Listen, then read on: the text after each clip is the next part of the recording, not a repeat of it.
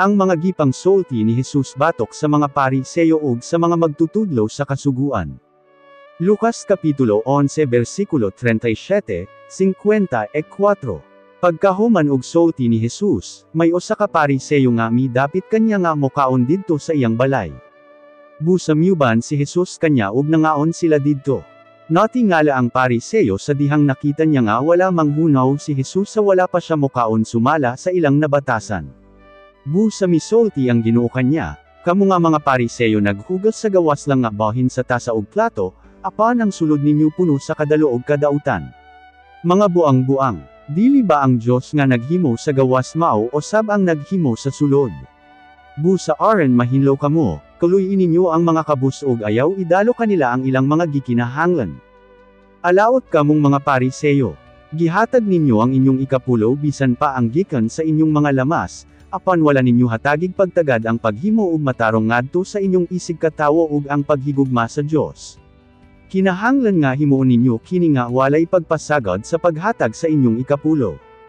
Alaot kamong mga Pariseyo, kay kon anaa kamo sa mga simbahan, gusto gayud ninyo nga mulingkod sa mga lingkuranan nga alang sa mga pinasidunggan. Ug sa mga dapit nga daghan ang mga tawo, gusto gayud ninyo nga timbayaon kamo og tahuron. Alaot kamo, sama kamo sa lubnganan nga walay timailhan nga tamakan lang sa mga tawo nga wala makahibalo nga lubnganan diay kadto. Anya mingon ang usa ka magtutudlo sa kasuguan, magtutudlo, sa imong gisulti giinsulto mo kami. Mitubag si Jesus, kamo nga mga magtutudlo sa kasuguan, alaot usab kamo. Tungod kay gipabug-atan ninyo ang mga tawo sa daghang mga tulumanon nga gidugang ninyo sa kasuguan, apan kamo mismo wala gani magtuman niini. Alaot kamo, nagpahimo kamo og mga lubnganan sa mga propeta nga gipamatay sa inyong mga katigulangan. Busa kamo mismo nagpamatuod ug miuyon sa ilang mga gibuhat. Kay sila ang nagpatay sa mga propeta ug kamo ang nagpahimo sa ilang mga lubnganan. Mao gani nga sumala sa kaalam sa Dios naga ingon siya, magpadala ako kanila og mga propeta ug mga apostoles.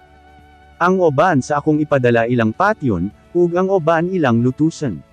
Busa kamong mga tawo nining panahon pagasilutan o sab sa Dios tungod sa ilang pagpatay sa mga propeta ni adtong unang panahon, gikan pa sa pagbuhat sa kalibutan, gikan kang Abel hangtod kang Zacarias nga gipatay didto sa dapit nga gitaliwad-an sa halaran ug sa templo.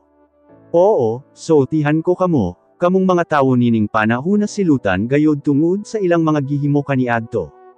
Alaot kamong mga magtutudlo sa kasuguan. Kay gituguan ninyo ang yabi sa pagsabot sa kamatuoran.